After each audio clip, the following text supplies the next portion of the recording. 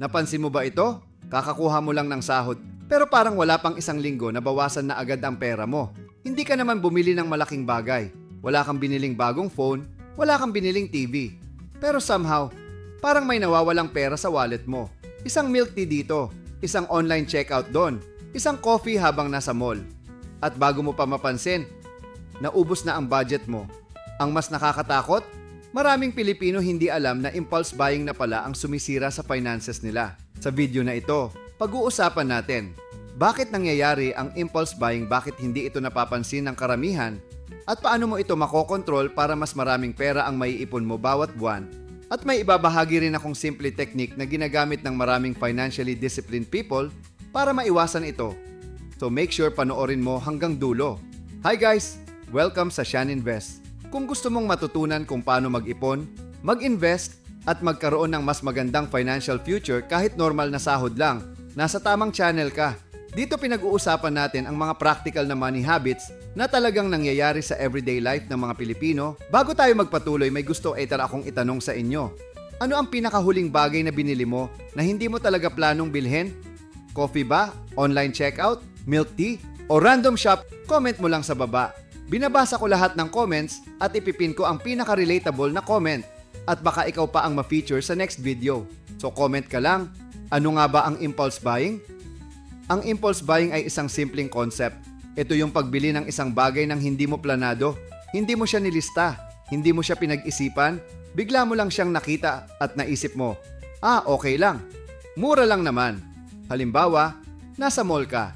Originally pupunta ka lang para kumain, pero habang naglalakad ka, may nakita kang coffee shop. Ay masarap siguro magkape. 150 piso. Simple lang. Pero isipin mo ito, kung ginagawa mo iyon 3 hanggang 4 na times per week, magkano iyon sa isang buwan?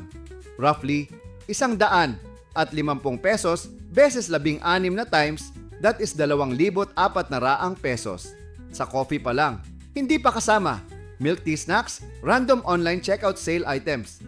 At dito nagsisimula ang problema. Kasi ang impulse buying hindi isang malaking gastos. Ito ay maraming maliliit na gastos na pinagsama-sama. Bakit hindi ito napapansin ng marami? Ang dahilan kung bakit maraming tao hindi napapansin ang impulse buying ay dahil maliit lang ang bawat transaction. Halimbawa, kung bumili ka ng phone worth 50,000 piso, mapapansin mo agad. Pero kung 120 piso, 150 piso, 200 piso, parang wala lang.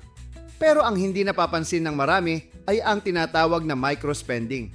Ito yung mga maliit na gastos na paulit-ulit. At kapag pinagsama-sama mo sila sa isang buwan, pwede silang umabot ng 3,000 hanggang 10,000 piso. At para sa maraming Pilipino, malaking halaga na iyon. Iyon na sana ang emergency fund investment money, pang-ipon sa future, real life scenario. Imagine natin si Mark. Si Mark ay may sweldo na 25,000 piso per month. Hindi siya maluho. Hindi siya bumibili ng mamahaling gadgets. Pero everyday, coffee, 150 piso snack, 80 piso total ay katumbas ng 230 piso per day. Sa isang buwan, 20 working days, 230 beses 20 ay katumbas ng 4,600 piso. Hindi niya napansin, hindi niya pinlano, pero nawala. Kung sa loob ng isang taon, 4,600 beses 12 ay katumbas ng 55,200 piso. Isipin mo iyon, mahigit 50,000 piso na nawala sa maliit na gastos. Pwede na sana yon maging investment emergency fund business capital, psychological traps. May dahilan kung bakit napakadaling mahulog sa impulse buying. Hindi ito aksidente. Maraming companies ang gumagamit ng psychological strategies. Halimbawa, flash sale. Only 3 items left. Sale ends in 10 minutes. Ginagawa ito para magkaroon ka ng sense of urgency. Parang iniisip mo, kapag hindi ko ito binili ngayon, mawawala na ang chance. Pero ang totoo, maraming sale ang ulit-ulit lang. At minsan, hindi mo naman talaga kailangan ng item. Hidden effects of impulse buying. Maraming epekto ang impulse buying na hindi agad napapansin. Una, nasisira ang budget. Kahit may plano ka na budget, kapag may impulse spending, nagugulo ang system. Pangalawa, hindi ka nakakaipon. Maraming tao nagsasabi, hindi ako makapag-save. Pero kapag tiningnan mo ang spending habits nila, may mga small purchases na paulit-ulit. Pangatlo, financial stress. Kapag dumating na ang bills, bigla mong mararamdaman na kulang ang pera mo. Pero hindi mo alam kung saan napunta. Practical solutions. Ngayon, pag-usapan natin ang mga practical na paraan para makontrol ang impulse buying. Kapag may gusto kang bilhin na hindi planado, maghintay ka ng 24 na oras. Kung gusto mo pa rin siya after 24 na oras, saka mo pag-isipan kung kailangan mo talaga. Kadalasan, after one day, mawawala na ang excitement. Rule 2, gumawa ng wishlist. Instead na bumili agad, ilagay mo muna sa wishlist. Kapag lumipas ang ilang linggo at gusto mo pa rin, then maybe worth it siya.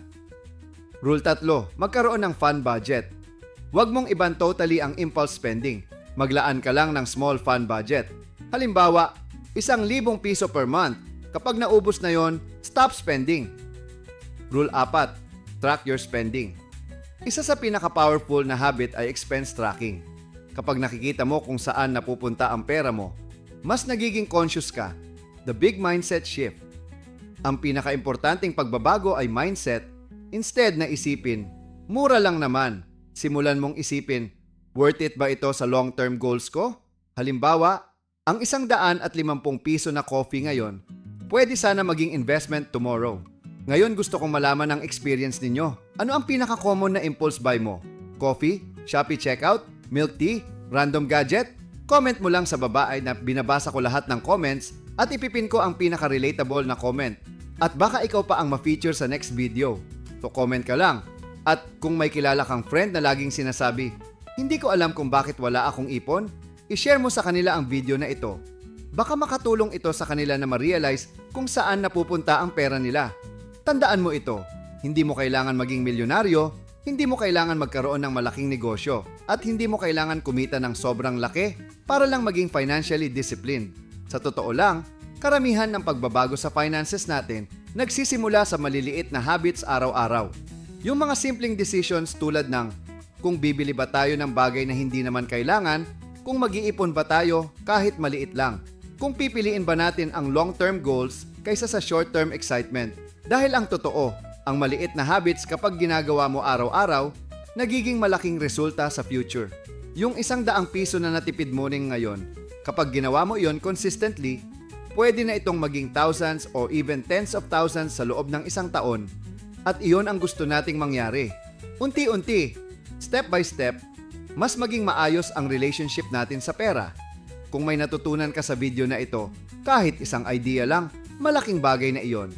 Kaya kung nakatulong sa iyo ang video na ito, i-like mo ang video, mag-comment ka sa baba kung ano ang pinaka-common na impulse buy mo.